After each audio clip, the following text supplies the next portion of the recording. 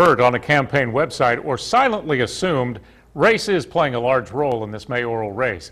I sat down with both candidates recently to get their final thoughts on the eve of Election Day.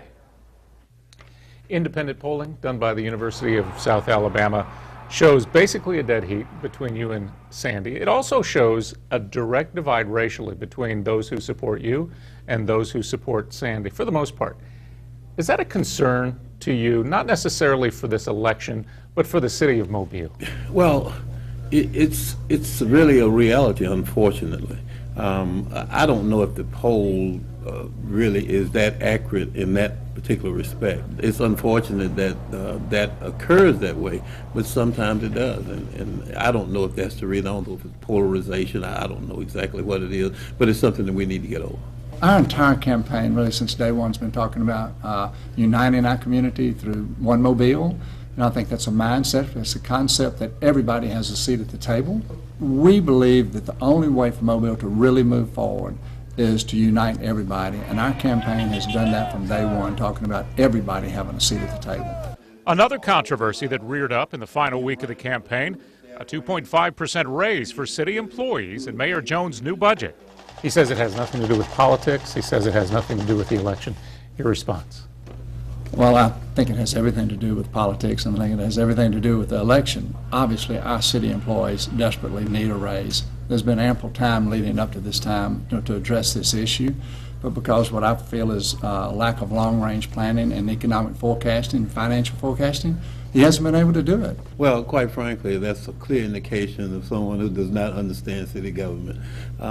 The law requires me to present a budget to the city council on the 20th of August. For over a year, I've said that we need to address our city employees' needs. We haven't been able to do it for a long time. It's been my goal for over a year to do that. It had nothing to do with the election, and I think everybody knows that. Sandy, it's hard to dispute the fact that over the last couple of years, a lot of positive has happened in the city of Mobile. Yeah. Thousands of jobs at Austin, obviously Airbus coming in. The mayor has been in that office. What hasn't occurred over the last couple of years that you think should have and could have if you had been the guy there? The city is shrinking in size, and the reason the city is shrinking in size is because people do not want to live here compared to living in Baldwin County or in Mobile County. And the reason is because of the crime, because of the quality of life.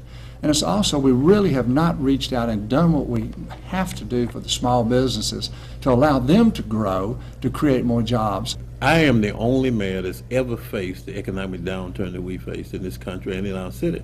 We had a real crisis here. We had to make a decision on whether we were going to lay off employees, cut back services, and, to remain financially viable. But I think we managed the crisis as well as any city in the country. In fact, we're in the top 10 cities in the country for recession recovery.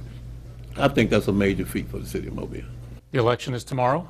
Yes. What would you say to the voters tonight as they go to bed and hit the pillow to convince them that you're the guy? Yeah.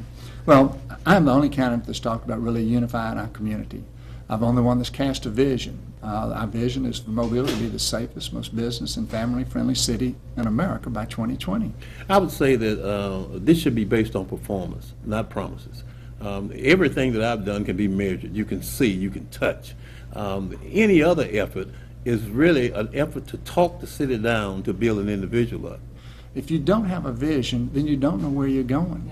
And so we know where the city needs to go. And we know that we've got to have one Mobile in order to do that. So as they go to bed tonight and they think about who can really implement the change. It's a clear difference between the two. One is based on performance, long periods of performance, fortunately, very positive performance.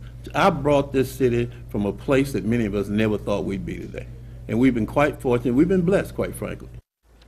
I do appreciate the candidness of both of the candidates. Don't forget you can find all of our coverage leading up to Election Day on local15tv.com.